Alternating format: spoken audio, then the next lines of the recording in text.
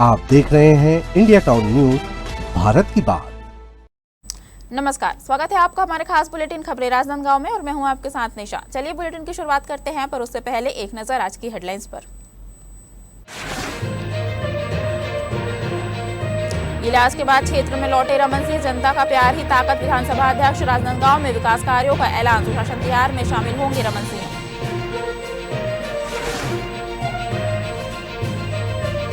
राजनांदगांव में महंगाई पर सियासी गर्मी, बढ़ती कीमतों के खिलाफ गूंजे विरोध के स्वर। महंगाई बनी मुद्दा, शहर में रैली का शोर।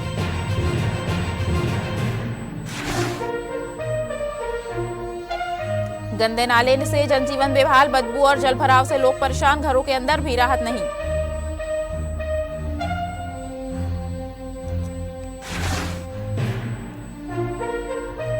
फिट इंडिया साइकिल रैली आयोजित, दिग्विजय स्टेडियम में जागरूकता फिटनेस अभियान को बढ़ावा।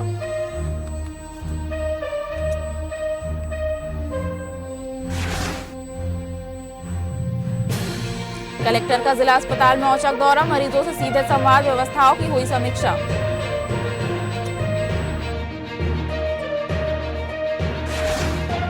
राजनांदगांव में बढ़ती महंगाई को लेकर कांग्रेस कार्यकर्ताओं ने जोरदार विरोध प्रदर्शन किया। इस दौरान शहर में रैली निकालकर केंद्र और राज्य सरकार के खिलाफ जमकर नारेबाजी की गई। प्रदर्शन को देखते हुए प्रशासन की ओर से सुरक्षा के कड़े इंतजाम किए गए थे, जिससे पूरे कार्यक्रम के दौरान स्थिति पूरी तरह नियंत्रित रही और किसी भी प्रकार की अप्रिय घटना नहीं हुई। महंगाई के मुद्दे को लेकर कांग्रेसियों का गुस्सा सड़कों पर देखने को मिला। बड़ी संख्या में कार्यकर्ता और आम नागरिक रैली में शामिल हुए। रैली शहर के विभिन्न इलाकों से गुजरते हुए आगे बढ़ी, जहां प्रदर्शनकारियों ने पेट्रोल, डीजल, रसोई गैस, खाद्य सामग्री और रोजमर्रा की वस्तुओं में बढ़ती कीमतों के खिलाफ विरोध जताया। कांग्रेस नेताओं ने आरोप लगाया कि लगातार बढ़ती महंगाई से आम जनता का जीवन कठिन हो गया है, लेकिन सरकार इस पर कोई प्रभावी कदम नहीं उठा रही है। उन्होंने चेतावनी दी कि अगर जल्द ही महंगाई पर नियंत्रण नहीं किया गया तो आने वाले दिनों में आंदोलन और तेज किया जाएगा। रैली शहर के प्रमुख मार्गों से होती हुई निर्धारित स्थल पर पहुंचकर समाप्त हुई, जहां सभा आयोजित कर सरकार की नीतियों की कड़ी आलोचना की गई।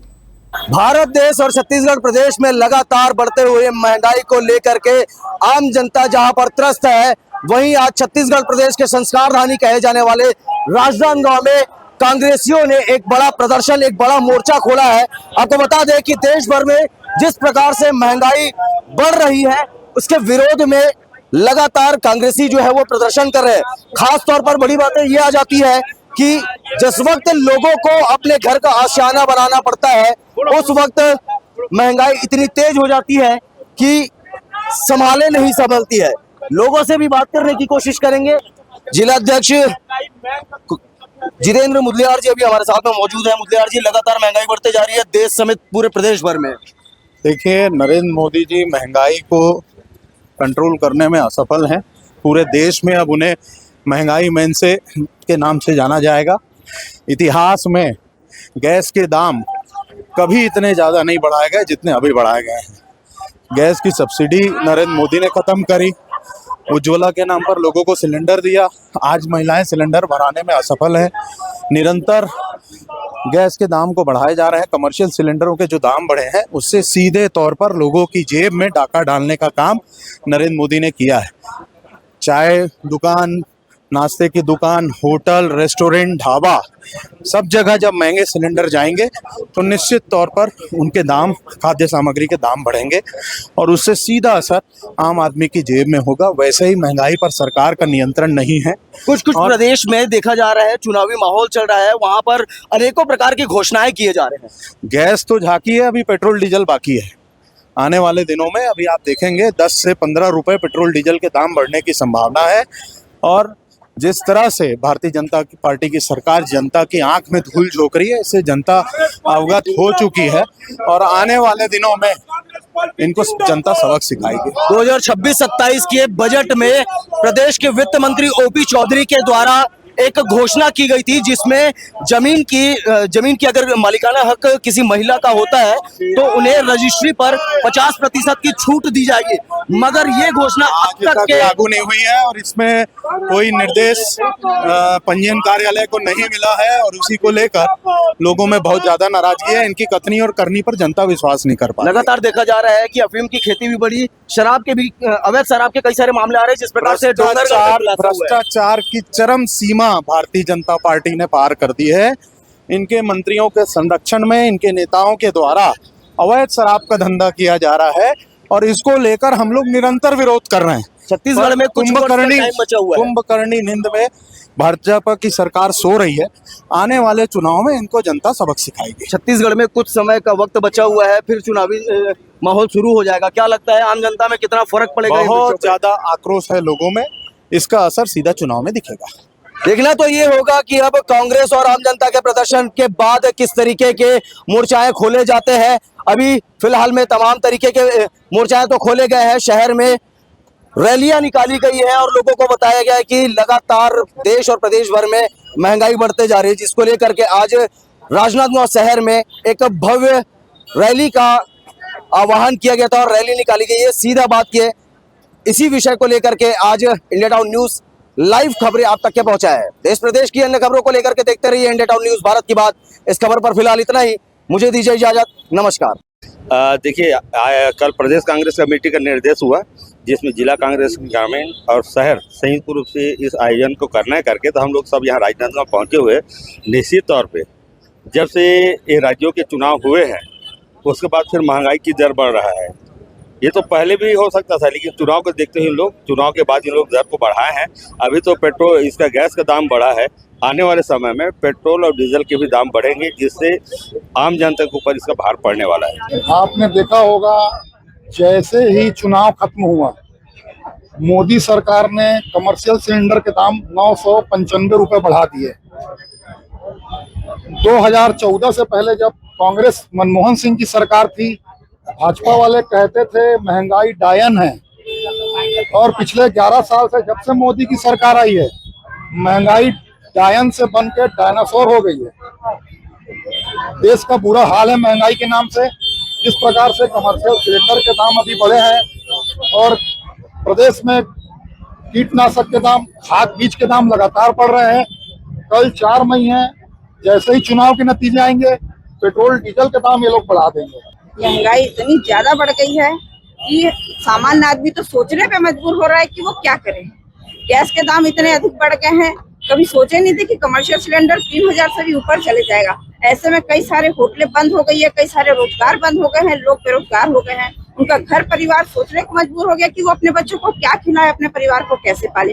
अगर आदमी काम करने या किसी काम से बाहर निकलता है तो बाहर नाश्ते और खाने के लिए उसको सोचना पड़ता है कि मैं कैसे खाऊं इतनी महंगाई में।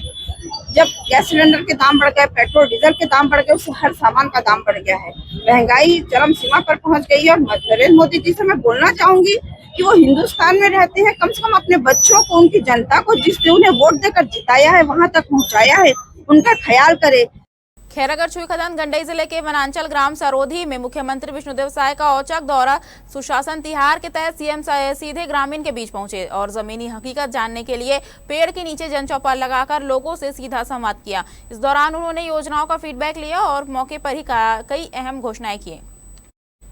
मुख्यमंत्री विष्णुदेव साय ने सरोधी गांव में कटहल के पेड़ के नीचे जनचौपाल लगाकर ग्रामीणों की समस्याएं सुनी। ग्रामीणों ने सड़क, स्वास्थ्य और बिजली जैसी बुनियादी सुविधाओं की मांग रखी, जिस पर सीएम ने त्वरित निर्णय लेते हुए संजीवनी एक्सप्रेस सेवा शुरू करने, कुम्ही से भोतली तक सड़क निर्माण, 33 केवी पावर स्टेशन, स्कूल भवन और आंगनबाड़ी भवन निर्माण सहित राशन दुकान के लिए भवन की घोषणा की। इस दौरान जल जीवन मिशन के अधूरे कार्य को लेकर भी सीएम ने नाराजगी जताई और मौके पर ही लोक स्वास्थ्य यांत्रिकी विभाग के अधिकारियों को बुलाकर जल्द पूरा करने के निर्देश दिए।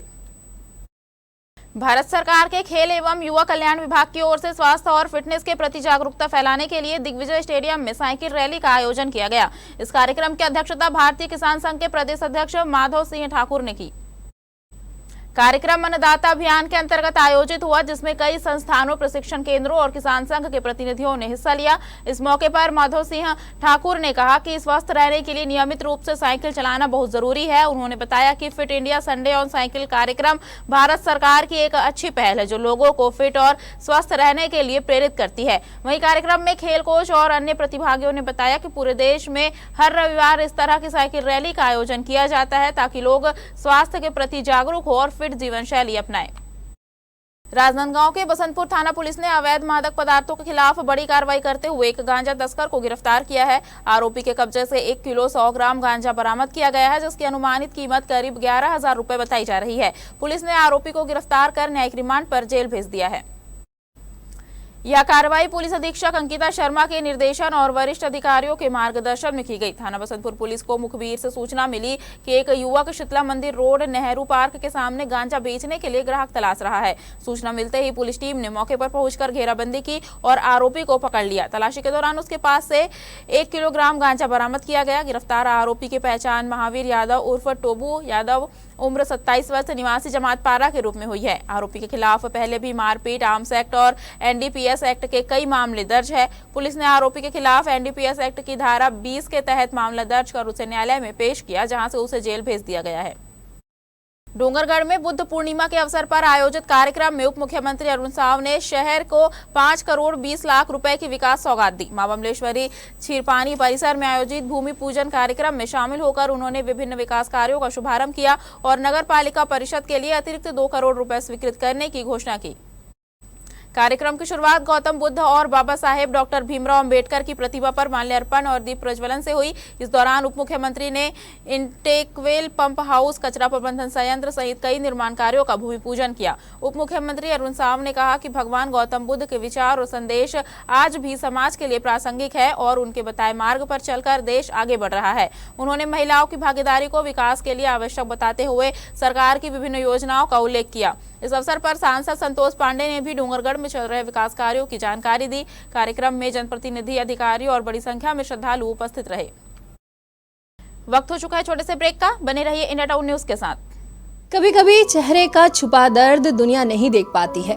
दाग, मुहासे, झाइयां सब आपके आत्मविश्वास को कम कर देता है, पर अब नहीं, क्योंकि Rukhsana glow and fair face pack जो दे आपकी स्किन को वो प्यार जो सिर्फ प्रकृति दे सकती है। हर लेयर को साफ करे, हर दाग को करे हल्का और आपकी मुस्कान फिर से लौटाए, because you deserve to glow naturally. Rukhsana herbal beauty product Amazon, Meesho और फ्लिपकार्ट में भी उपलब्ध। अंतर्राष्ट्रीय नृत्य दिवस के अवसर पर संस्कारधानी राजनांदगांव में चक्रधर कथक कल्याण केंद्र द्वारा अर्पण नृत्य समागम का भव्य आयोजन किया गया। इस कार्यक्रम में देश के विभिन्न राज्यों के लोक नृत्यों की आकर्षक प्रस्तुतियों ने दर्शकों का मन मोह लिया। कार्यक्रम का शुभारंभ मां शीतला के चरणों में दीप प्रज्वलन के साथ किया गया। चक्रधर कथक कल्याण केंद्र की स्थापना के 44वें वर्ष पर आयोजित इस समागम में निःशुल्क नृत्य प्रशिक्षण शिविर के प्रतिभागियों ने महाराष्ट्र का लावनी और जोगवा नृत्य, गुजरात का गरबा तथा पश्चिम बंगाल का झुमुर नृत्य प्रस्तुत किया। मुंबई से आए कोरियोग्राफर विनोद कोरी और पश्चिम बंगाल के शुभेजित डे के निर्देशन में कलाकारों ने शानदार प्रस्तुति दी। कार्यक्रम में इंडियन आइडल फेम भव्य देवांगन ने गणेश वंदना प्रस्तुत कर दर्शकों की खूब तालियां बटोरी। राजनांदगांव जिले के कलेक्टर जितेंद्र यादव ने देर रात अचानक जिला अस्पताल का औचक निरीक्षण कर स्वास्थ्य व्यवस्थाओं की जमीनी हकीकत जानी। इस दौरान उन्होंने जिला चिकित्सालय के साथ साथ नवजात शिशु एवं मातृत्व अस्पताल की व्यवस्थाओं का भी विस्तृत जायजा लिया। निरीक्षण के दौरान कलेक्टर यादव ने अस्पताल में भर्ती मरीजों और गर्भवती महिलाओं से सीधे बातचीत कर उनके उपचार और सुविधाओं की जानकारी ली। उन्होंने मरीज से अस्पताल में मिल रही सेवाओं को लेकर फीडबैक भी लिया और उनकी समस्याओं को गंभीरता से सुना। इसके बाद उन्होंने ड्यूटी पर मौजूद डॉक्टरों, नर्सिंग स्टाफ और अन्य कर्मचारियों से चर्चा कर अस्पताल की कार्यप्रणाली की समीक्षा की। कलेक्टर ने विशेष रूप से गर्भवती महिलाओं और नवजात शिशुओं की देखभाल को प्राथमिकता देने के निर्देश दिए। दरअसल कलेक्टर के इस अचानक निरीक्षण से अस्पताल प्रबंधन और स्टाफ में हड़कंप और सक्रियता देखी गई। वहीं मरीजों और उनके परिजनों ने बेहतर स्वास्थ्य सुविधाओं की उम्मीद जताई। राजनांदगांव के महेश नगर क्षेत्र में इन दिनों हालात बेहद चिंताजनक बने हुए हैं। इलाके के कई घरों के सामने नाले का गंदा पानी लगातार जमा हो रहा है, जिससे स्थानीय लोगों का जीना मुश्किल हो गया है। बदबू इतनी तेज है कि लोगों को घरों के अंदर भी राहत नहीं मिल रही। स्थानीय निवासियों का कहना है कि कई बार नगर निगम और पार्षद को शिकायत की जा चुकी है, लेकिन अब तक न तो नाले की सही सफाई हो पाई है और न ही पानी निकासी की कोई स्थायी व्यवस्था की गई है। बारिश या हल्की जल भराव की स्थिति में तो हालात और भी बिगड़ जाते हैं और गंदा पानी घरों के भीतर तक घुसने लगता है। इलाके के लोगों का आरोप है कि हर बार आश्वासन तो मिलता है, लेकिन जमीनी स्तर पर काम नहीं होता। बच्चों और बुजुर्गों के स्वास्थ्य पर भी खतरा बढ़ रहा है, क्योंकि गंदगी और बदबू से संक्रमण फैलने की आशंका बनी हुई है। अब स्थानीय नागरिकों की मांग है कि इस समस्या को केवल शिकायत मानकर टाला न जाए, बल्कि तुरंत स्थायी समाधान किया जाए। जी, महेश नगर में ये पानी का जमाव जो है, नाली के पानी के जो निकासी नहीं हो पा रही है, वो प्रॉब्लम तो हमारी शुरू हो गई दिसंबर से। 15 दिसंबर को हम लोग पहली बार नगर निगम गए थे कमिश्नर साहब से मिलने के लिए, तो उन्होंने आश्वासन दिया और उसके बाद हम 2-3 बार मेयर साहब के पास भी चले गए, मधुसूदन यादव जी के पास, और उन्होंने भी तात्कालिक व्यवस्था तो की। 1-2 दिन के लिए उस समस्या से निजात मिल जाती थी, लेकिन बाद में फिर वो समस्या फिर से उत्पन्न हो जाती थी। बात यह है कि दूसरे कॉलोनी का पानी हमारे कॉलोनी में आ रहा है, उसके कारण समस्या और ज्यादा बढ़ रही है। क्योंकि हमारे बगल में आप जैसे देख पा रहे हैं कि वहाँ पे जिसका प्लाट है, उन्होंने अपना समतलीकरण करना शुरू किया है, उसके बाद से ये समस्या और बढ़ गई है। आज तो स्थिति ऐसी है कि 2 घरों में पानी भर गया है। मेरे घर के सामने मैं अपनी 4 पहिया वाहन की बात करूं, 2 पहिया वाहन मैं खड़ी नहीं कर पा रहा हूं, दूर में जाके अपने गाड़ियों को मैं रख रहा हूं। नालियां पहले भी थी, लेकिन नीचे होने की वजह से पानी थोड़ा बहुत आगे न बढ़ पाने की वजह से भरता था। लेकिन अब सामने महेश नगर खत्म होते ही जो प्लाट शुरू होते हैं, उन्होंने पानी की निकासी में व्यवधान डाला है। हालत ये हो गई है कि नालियां पूरी बजा रही हैं, पानी की निकासी नहीं है। जिस तरफ आगे पानी जाता था वो पानी रुक गया है और वो सबके घरों में भर रहा है, जिसमें 2 घर जो सामान्य रूप से सड़क से नीचे हैं, उन घर की तो बहुत ही बुरी हालत है। एक घर में तो पीने के पानी की व्यवस्था ही नहीं है, नल न होने की वजह से बोरिंग के अंदर पानी जा रहा है। राजनांदगांव नगर निगम ने शहर में बिना अनुमति लगाए गए पोस्टर और बैनरों के खिलाफ कड़ी कार्रवाई की है। निगम आयुक्त अतुल विश्वकर्मा के निर्देश पर टीम ने विद्युत पोल और सार्वजनिक स्थानों पर लगे अवैध विज्ञापनों को हटाने का अभियान चलाया। इस दौरान 310 छोटे बड़े पोस्टर और फ्लैक्स हटाए गए। नगर निगम द्वारा शहर के विभिन्न क्षेत्रों महावीर चौक से आरके नगर चौक, महाराणा प्रताप चौक, कमला कॉलेज रोड, गौरव पथ और रायपुर नाका से अंबेडकर चौक तक कार्रवाई की गई। यहां विद्युत पोल और अन्य सार्वजनिक स्थानों पर बिना अनुमति के पोस्टर, बैनर और फ्लैक्स लगाए गए थे, जो नियमों का उल्लंघन है। निगम आयुक्त ने बताया कि बिना अनुमति विज्ञापन लगाना छत्तीसगढ़ विज्ञापन पंजीयन एवं विनियम उपविधि 2012 और नगर निगम अधिनियम 1956 के तहत दंडनीय अपराध है। पहले भी संबंधित लोगों को नोटिस देकर समझाइश दी गई थी, लेकिन पालन नहीं होने पर यह कार्रवाई की गई। राजनांदगांव के ग्रामीण क्षेत्रों में महिलाओं के सशक्तिकरण और पोषण सुधार को लेकर हरियाली बहिनी अभियान एक प्रेरणादायक पहल के रूप में सामने आया है। इस अभियान के जरिए महिलाओं को मिलेट मित्र बनाकर न केवल उन्हें स्वरोजगार से जोड़ा जा रहा है, बल्कि मिलेट के उपयोग को भी आम लोगों तक पहुंचाया जा रहा है। अभियान के तहत आयोजित प्रशिक्षण शिविरों और बैठकों में महिलाओं को मिलेट के पोषण गुण, स्वास्थ्य लाभ और उनसे बनने वाले विभिन्न व्यंजनों की जानकारी दी जा रही है। विशेष रूप से कुपोषण से प्रभावित क्षेत्रों में मिलेट को एक बेहतर समाधान के रूप में बढ़ावा दिया जा रहा है। महिलाओं को यह भी सिखाया जा रहा है कि वे कम लागत में घर पर ही मिलेट से कई तरह के स्वादिष्ट और पौष्टिक व्यंजन बना सकती है। आपको बता दें कि अब तक इस पहल से 15,000 से अधिक लोग जुड़ चुके हैं और लगभग 5 लाख रुपए का व्यवसाय भी हो चुका है। इसके अलावा पारंपरिक जाता प्रणाली से कोदो कुटकी के चावल तैयार करने की पुरानी तकनीक को भी फिर से अपनाया जा रहा है, जिससे ग्रामीण महिलाओं को अतिरिक्त आय का अवसर मिल रहा है। छत्तीसगढ़ विधानसभा अध्यक्ष डॉक्टर रमन सिंह लगभग 6 महीने के अंतराल के बाद अपने विधानसभा क्षेत्र राजनांदगांव पहुंचे। लंबे समय तक इलाज और सर्जरी के बाद पहली बार क्षेत्र में आगमन पर भाजपा कार्यकर्ताओं और पदाधिकारियों ने उनका जोरदार स्वागत किया। इस दौरान मीडिया से बातचीत में डॉक्टर रमन सिंह ने बताया कि स्वास्थ्य कारणों से उन्हें कुछ समय के लिए कोयम्बटूर में रहना पड़ा, जहां उनकी सर्जरी हुई। उन्होंने कहा कि इस बार थोड़ी देरी जरूर हुई, लेकिन कार्यकर्ताओं और जनता के स्नेह ने इस कमी को पूरा कर दिया। इसके साथ ही उन्होंने क्षेत्र के विकास कार्यों का भी जिक्र किया। डॉक्टर सिंह ने बताया कि करीब 35 करोड़ रुपए के सौंदर्यीकरण कार्यों को स्वीकृति दी गई है। वहीं लगभग 400 करोड़ रुपए के सिंचाई प्रोजेक्ट भी स्वीकृत हुए हैं। इसके अलावा खेल सुविधाओं के विकास के तहत एस्ट्रो टर्फ और एथलेटिक ट्रैक का कार्य जल्द शुरू होने की बात कही गई। डॉक्टर सिंह ने कहा कि आने वाले दिनों में वे विभिन्न कार्यक्रमों में शामिल होंगे, जिसमें सुशासन तिहार भी शामिल है। स्वागत क्या है, कार्यकर्ता का प्रेम रहता है, उत्साह रहता है। और इस बार मेरे सर्जरी की वजह से कोयम्बटूर गया और कोयम्बटूर में स्पाइन की सर्जरी वहाँ पे हुआ और उसकी वजह से इस बार थोड़ा गैप हुआ और विलम्ब से आया, तो कार्यकर्ताओं में ज्यादा उत्साह भी दिखा। मगर मैं राजनांदगांव में हमेशा कहता हूँ, रमन कहीं भी रहे, मन राजनांदगांव में रहता है। तो मन जो है यहीं रहता है, यहाँ से कहीं जाता नहीं, और पहले भी था, अभी भी है, आगे भी रहेगा। तो यहाँ जो राजनांदगांव ने विधायक के नाते, इसके पहले सांसद के नाते जो सम्मान दिया, मान दिया, वो अपने आप में अद्भुत है। उसके लिए आप कितना भी मेहनत करें, उससे ऋण से ऋण नहीं हो सकती। ये राजनांदगांव की जनता का आशीर्वाद है। इसलिए कुछ काम जो राजनांदगांव के विकास के लिए इस बजट में मुख्यमंत्री जी ने स्वीकृत किया, वो करीब 600 करोड़ से ऊपर के काम अभी प्रथम चरण में शुरू किए हैं। उसमें बहुत सारे महत्वपूर्ण सड़कें हैं, जिसकी कल जब कार्यक्रम यहाँ पे होगा, जो अभी मुख्यमंत्री जी का अभियान चल रहा है, उसमें मैं सम्मिलित होऊंगा। उसमें पूरी जानकारी भी मैं उपलब्ध कराऊंगा।